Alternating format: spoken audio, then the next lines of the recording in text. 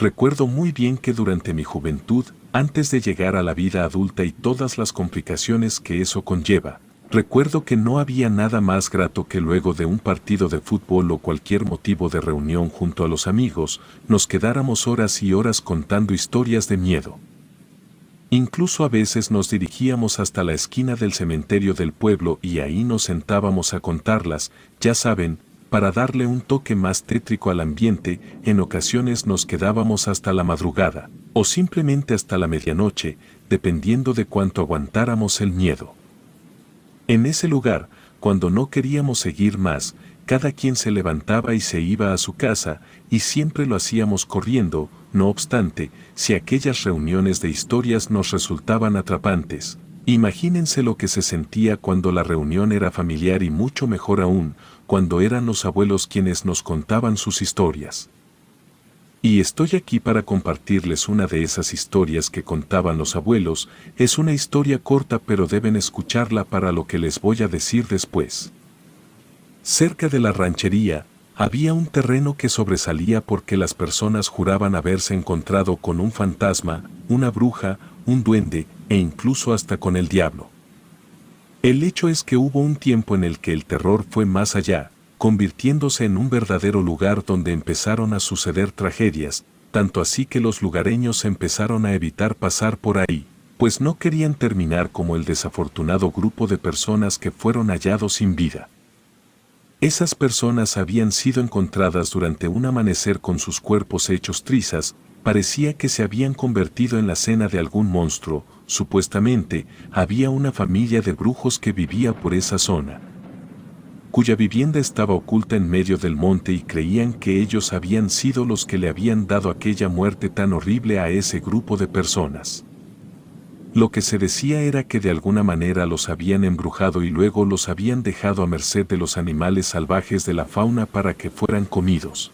Fue por eso que toda la gente del pueblo se las arregló para echar a esa familia, pero antes de irse lanzaron la amenaza de que esas tierras quedarían marcadas y que la desgracia siempre caería sobre el pueblo, más temprano que tarde. Y esa era la historia. Aquello quedó como una amenaza, pero pasó el tiempo y como nunca ocurrió nada, pues la gente de la época de mis abuelos y también la gente de la época de mis padres, todos creyeron que la amenaza había sido en vano. Por eso contaban la historia, porque así quedó, como una historia. Pero una tarde, ya casi noche, algo ocurrió. Yo estaba regresando del trabajo junto a un compañero cuando nos topamos con la policía a un costado de la carretera. Uno de los oficiales nos cerró el paso y nos dijo que ya no podíamos seguir avanzando. Yo me opuse, pues la patrulla estaba afuera de mi casa y pues eso me hacía suponer lo peor. Así que, con ayuda de mi compañero de trabajo, logré quitarme al policía de encima y pasé. Afortunadamente en mi casa no había pasado nada. La patrulla estaba estacionada ahí porque frente a la casa donde yo vivía con mis padres, en la banqueta, había una persona tirada. Había tenido una muerte tan horrible que me resultó imposible saber si se trataba de un hombre o de una mujer. No tenía su rostro, así tal cual se los digo literalmente, donde tendría que estar su cara solo había una masa de carne y huesos deshechos. La escena era tan grotesca que no pude seguir viendo. Mejor entré a la casa y le pregunté a mi madre si sabía algo de lo que había ocurrido allá afuera. Ella me contó que habían encontrado a ese cadáver apenas horas antes. Se había escuchado un ruido muy fuerte y muy raro que nadie pudo identificar, y cuando mi madre y los demás vecinos salieron a ver ese cuerpo ya estaba ahí. Cómo había llegado o quién lo había dejado era un completo misterio. El pueblo era chico todavía, así que la noticia ni siquiera llegó a los pueblos más cercanos. Supongo que si había otras personas que sabían, familiares y amigos de los policías, pero más allá de eso a la noticia no se le dio importancia. Es importante mencionar que no había policía en el pueblo. De hecho no había policía en ningún pueblo cercano, sino que en un punto medio entre los 7 pueblos de la zona había una estación de policía con 3 patrullas. Y los policías siempre estaban en la estación. No se hacían recorridos por los pueblos, y no porque los policías no quisieran hacerlo, sino porque fue un acuerdo al que llegaron todas las gentes de los 7 pueblos. Porque unos 5 años antes las patrullas se andaban haciendo recorridos, pero pasó que se presentó una emergencia en uno de los pueblos.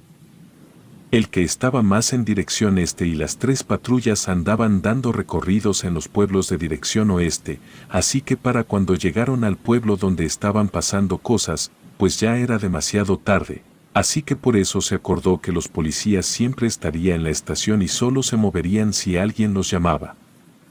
Entonces, a pesar de que lo que estaba pasando era algo serio, la patrulla no se podía quedar a hacer vigilancia, así que los policías se limitaron a hacer la recomendación de que por el momento nadie se aventuraran a ir más allá de las orillas del monte y que si tenían que hacerlo que no lo hicieran solos.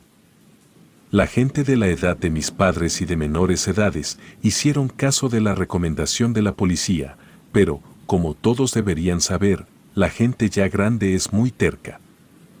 Pues al día siguiente 2 señores de unos 70 años, que eran amigos, se fueron al monte porque querían comer conejo y como ya no tenían pues fueron a cazar con sus armas.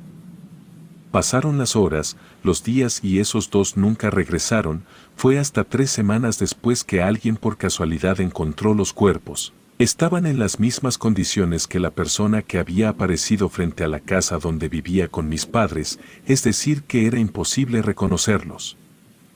Pero como estaban junto a sus armas fue por eso que supimos que eran ellos. Algo que llamó la atención fue que ambos cuerpos tenían entre los dedos una especie de pelaje, como si antes de morir se hubieran peleado con un animal, así que era obvio que esos pelajes le pertenecían a lo que los había matado. Claro que resultaba bastante raro que los cuerpos estuvieran juntos, digo. Si se trataba de un animal pues lo lógico sería que los cuerpos estuvieran separados, porque el animal primero hubiera terminado con uno y luego con el otro, era un dato raro. Los que tengan familia que viva en pueblos, sabrán que cuando en un pueblo pasa algo que no se puede explicar con la lógica, de inmediato la gente empieza a sacar teorías y a ponerse paranoica y eso fue exactamente lo que pasó. No habían pasado ni 4 días desde que aquellos ancianos fueron encontrados, cuando la gente que tenía armas ya se estaba organizando para montar una guardia y salir al monte a cazar al nahual.